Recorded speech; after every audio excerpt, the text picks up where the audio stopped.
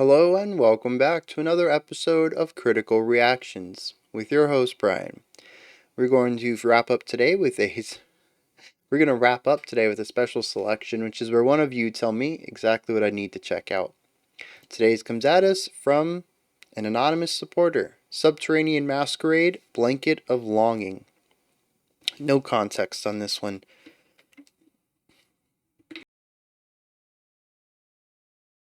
I am seeing that this is an Israeli band, and it says symphonic metal, experimental rock, progressive metal are their tags. So, yeah, I'm pretty excited for this. There's also 7 people in this group, which is always exciting. Let's dive into it. Blanket of Longing by The Great Bazaar. No, From the Great Bazaar by Subterranean Masquerade.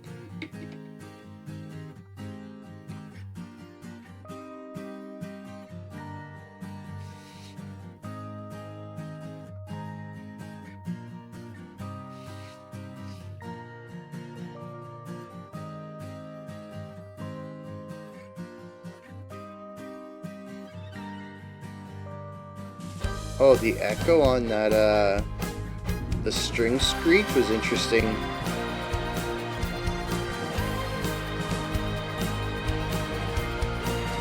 Yeah, everything's kind of coming together to really nice sounds. We have an organ over here on the right. We've got the violin up top.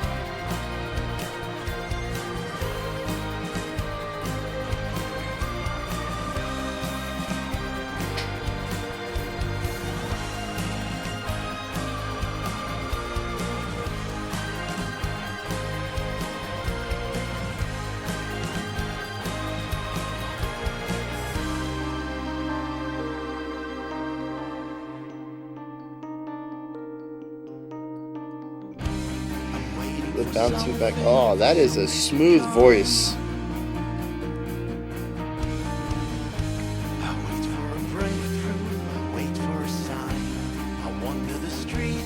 I like this rising intensity underneath it all. It's gonna have a good payoff in a bit, I think.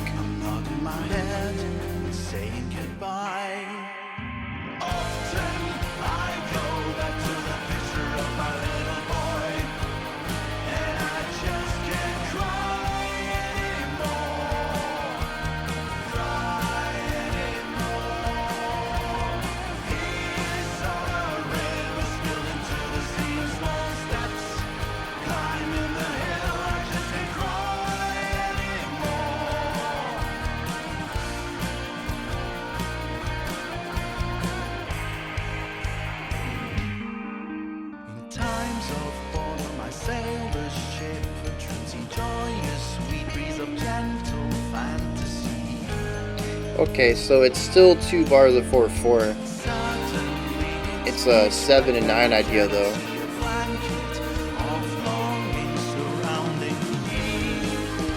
Yeah, just very warm, bright. Interesting transition.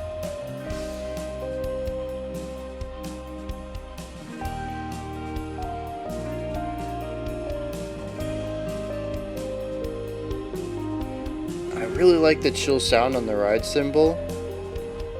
Driving but laid back.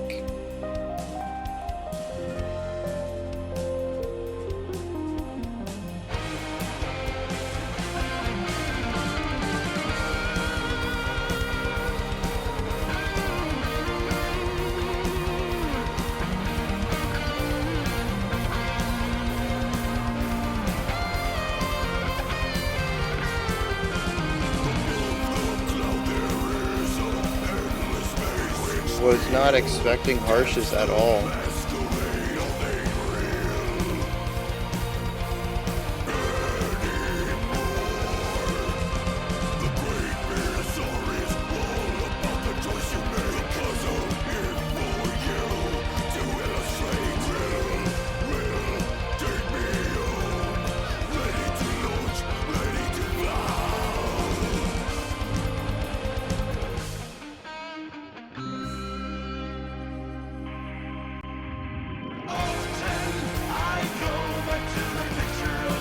Alright, bringing this back.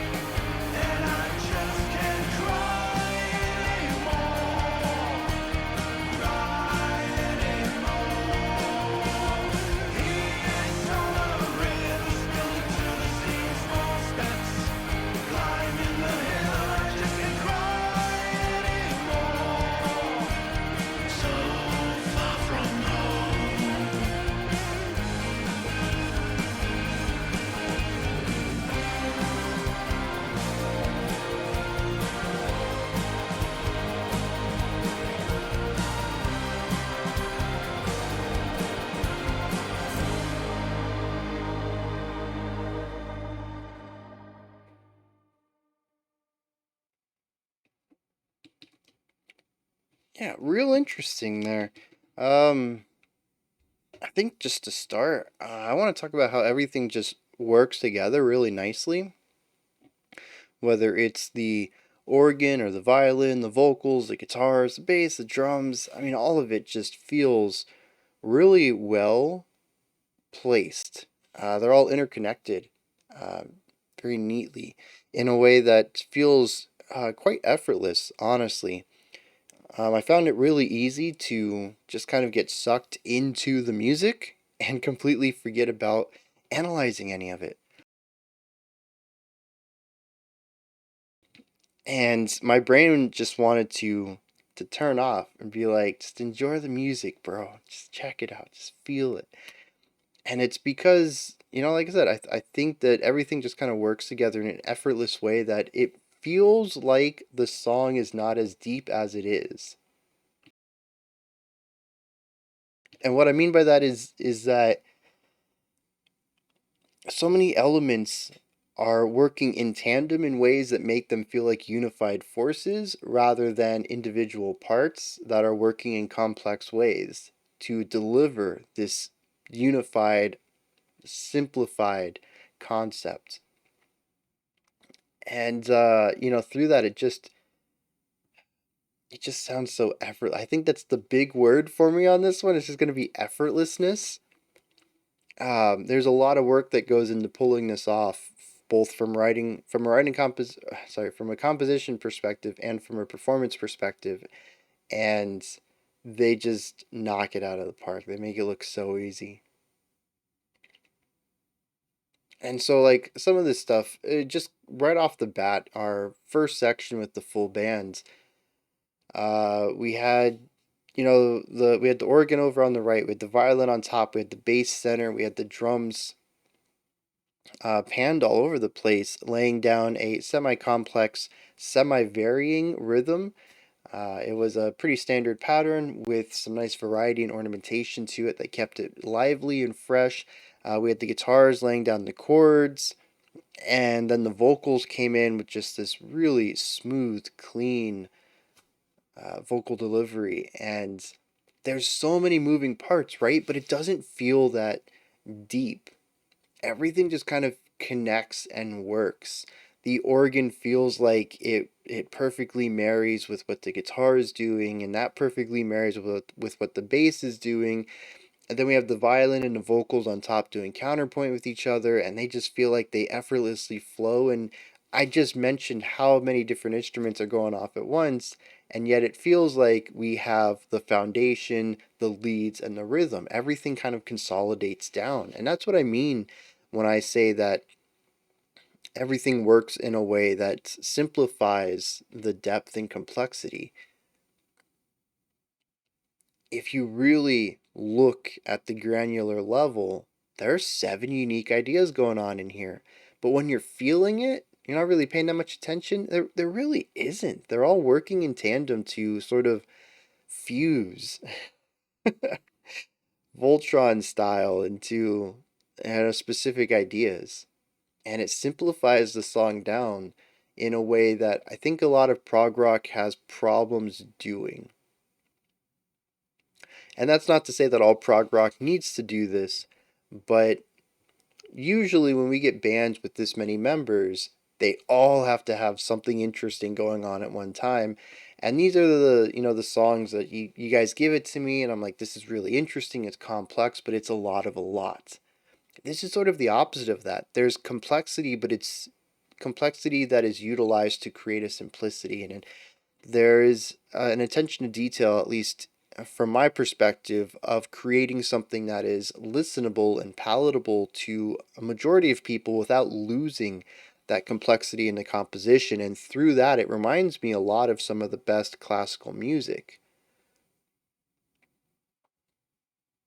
And I think that's fascinating. I'm really happy to find more music like this that finds that middle ground between overly complex writing and simplistic writing. There's definitely a middle ground, and I think they have absolutely nailed it.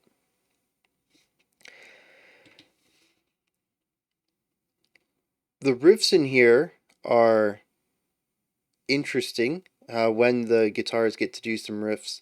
They are working on chordal ideas for most of the time. We do get an organ solo. We have the violin and vocal melodies. These are all really great when they get to shine.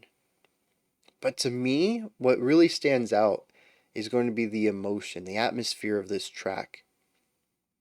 The vocals are catchy, the violin adds a nice counterpoint, the organ solo is intricate, but none of those would be as effective as they are without the underlying chordal ideas, which to me are just warmth and acceptance and home and nostalgia, even. The musical concept of nostalgia. I don't know how they figured that one out.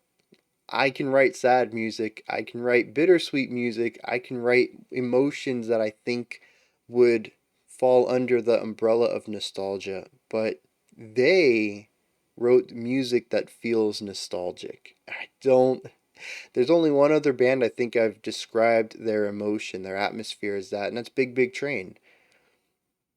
It's nostalgia is an emotion, but it's not one that I know how to make music for. I don't know what chord progression, what key, what mode we should be in for it. And it's not something I've heard a lot of either. And these guys just, it's exactly what it is. And the song's called Blanket of Longing, and I don't know specifically what that's referring to, but I'm going to assume it's a type of wanting something. I don't know. Blankets remind me of security, right? We use blankets for warmth. Um, when we're kids, we use blankets to hide under. There's a safety net. Blankets are always a symbol for security for me. And this is sort of a longing for security, which would remind me of childhood and hopefully, for most people, having your parents around and them making you feel secure when you're around them. And that's the whole thing I keep coming back to, is this idea of nostalgia, of back to the childhood. And the music just it's perfectly it's sort of hazy, sepia colored, a little bit of oranginess to it. It's just a really warm, nostalgic feeling to this track. And like I said, the atmosphere is just perfectly aligned that way. And so when you get the melodies on top of it, you get these really catchy hooks, great flow, just beautiful lines that are elevated by this emotion that the song is residing in throughout most of the track. And it works. So again, it's an effortless combination of ideas. It's not just one instrument doing it, it's the whole band coming together to sell this concept. Now, I mentioned that most of the song works based off of this, and I have one small question. About 3.5 minutes in, we went to a heavier bit. I think it was about three. We added some bite to the guitars, we ramped up the drumming a little bit, we introduced growling. Maybe when we hit the lyrics, that section will make more sense to me, but it's such a deviation from everything else we had heard up until that point that it comes out of left field. There isn't really a nice transition into it, and it makes no sense with what comes around it, and it disrupts the overall vibe of the song for it. It's prog, right? And prog is definitely one of those genres where you need to listen to it multiple times to figure out what it's doing. The more you understand the nuances or the lyrics or the music, the better you can understand the artwork as a whole. But on a first listen, it was a little startling for them to go in that direction for me, and I'm left a bit bewildered by it. It's a very intriguing choice to add. And it doesn't make any sense with my limited understanding of the track after first listen. But like I said, it's prog. I'll probably pick it up on a second or third listen. Maybe somebody's got their own opinion on it. The requester might want to come forth, and if they have an opinion on it, I'll listen to anybody. That's the whole thing about this channel, man. I tell you what I hear, you tell me what you hear, and we all come out better educated and better understanding of the art.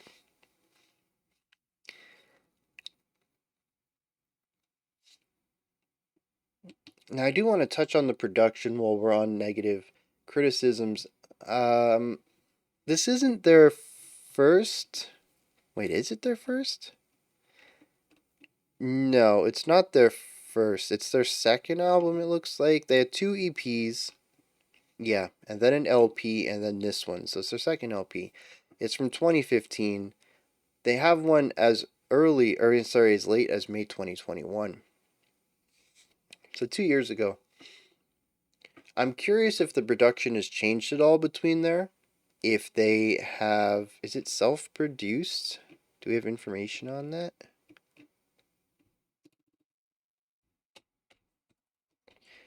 What I'm getting at though is that the production feels a bit flat for the dynamic elements of the music. Oh, wow. I don't know how I missed this. This is their second LP, but it was a decade after their debut. They had an EP in '04, a debut LP in '05, and then they took a decade off, but came back strong. They've been putting out an album roughly every 2 years on average since 2015. That's pretty good. Do we have information on mastering, engineer, mixing? He's not somebody in the band.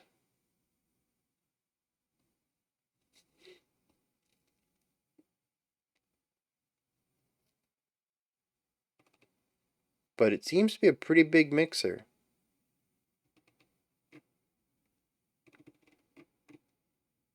Rate Your Music kind of lists this weird, but it looks like they may have mixed for Ghost.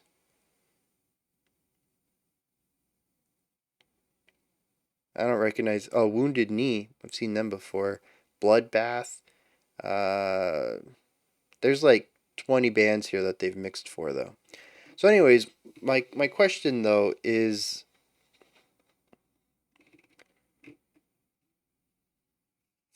it's a bit flat. I got to get back on topic. Remember where I was. There's a lot of dynamic elements going on in volume, width, instrumentation, complexity of ideas, but the song, volume wise and sound sphere wise, is either quiet or loud. And the loud just feels a bit compressed. It doesn't feel as large as it wants to be. I turned up my volume a couple of notches. I try not to run it too high. I don't want to damage my ears, but it never really got to a point where I felt like the volume was matching the intensity and intricacy of the music. And this could just be a bias of mine as well. When there's only four instruments in a metal band and they're just all cramming, power chords and pedal tones, it really doesn't bother me too much that the sound is really compressed and tight around my head. But maybe it's because classical music tends to have a very large sound sphere, and that's what I typically think of. That's my closest point of reference when we get to these larger bands with more instrumentation to them, especially a lot of prog bands, whether it's prog rock or prog metal. I tend to really want large sound spheres. I want a lot of dynamic quality. I want a lot of space for instruments to be in. And up until the first big moment, I think the first time we hit that repeated section, we didn't repeat it until way later on in the track. But when we hit it the first time, it was just a little underwhelming for me. I wanted a little bit more punch. There wasn't room for that in the volume though. They had already hit their peak on a section that didn't feel as big, and so the song is lacking dynamic size. It's it just peaks too early. And then when we get to a moment that should be large, it doesn't have room to eclipse it. And I find that to just be a little disheartening. And that's why, I said I wonder what happens in their subsequent albums. Did they get a different producer? Did the producer get, I don't want to say get better, but had better direction? This could have been what was asked for them to do. They had the skill to make a larger sound, but that's not what was requested of them. So, I don't want to bring their skill into the question, but I wonder if they went for a larger sound sphere and more dynamic elements in their later works because the composition is begging for it. And instead, it's sort of produced like a typical rock or metal band when it really could use more granular variety in its width and volume. I think that's all I want to say about it. Really great ideas, groovy, catchy, smooth, and then a couple of criticisms about a section that made no sense to me and the overall production. So yeah, lyrics. And yeah, this idea of longing and nostalgia are baked into this. There is one repeated stanza. It says, "Often I go back to that picture of my little boy and I just can't cry anymore. He is all a river spilled into the sea in small steps climbing the hill. I just can't cry anymore."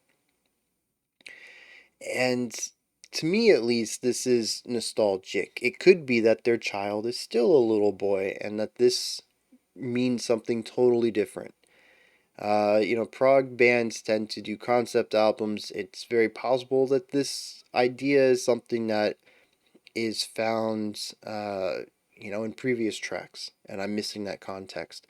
But at least for me, it feels like he's saying that their kid has grown up and they sort of long back for this day when they were just a little boy. But now they're not. They have spilled into the sea. They're everywhere. They're larger, right? A river is small, a sea is large. They've grown. They've grown into something much bigger than now the parent. And through small steps, climbed the hill. To me, this is, like I said, about accepting that your child is an adult now and kind of wishing for the old days. Interestingly, though, our first stanza says, "I'm waiting for something to come, for a breakthrough, for a sign. I wander the streets with no purpose, no time." And when we pair this with the idea of a child growing up and growing out of the need to be parented, if the parent, if their only identity is being a parent, they might feel directionless and lost now. So, dreaming, longing back for that time before could be what this is about. From there, interestingly though, it says, "When I'm bored, I dream, or I sail the ship of dreams and enjoy a sweet breeze of gentle fantasy. But suddenly it's pitch black. I cannot see a blanket of longing surrounding me." So his mind likes to wander when he's bored, but often it seems it goes back to an idea of longing for the past. Our final original stanza, though, states, "Above the cloud there's an endless space in which we all dance the masquerade. Nothing real anymore. The great bazaar is all about the choice you make. The puzzle is for you to illustrate. Riddle, riddle, take me home. Ready to launch. Get ready to fall." And I don't know particularly what this is about. Everything else I got a decent read on. But it almost feels like this is saying something along the lines of life is full of choices and it's up to you to make them. Some of them will have you launching and some of them will have you falling, and you just need to be ready for both of them. The puzzle, the choices, are up to you. but that doesn't take into account that we all dance the masquerade in endless space where nothing is real. I don't know about that line. But it could be about trying to find purpose and meaning after one of your greatest, possibly longest tasks are over. For this case, it's parenthood. You will always be the parent of this child, but at a certain point, they become an adult and they don't need you in that same way anymore. It's no longer becoming a 24/7 caretaker, um, and you're not raising them anymore. And what do you do after that? That's what this kind of feels like to me.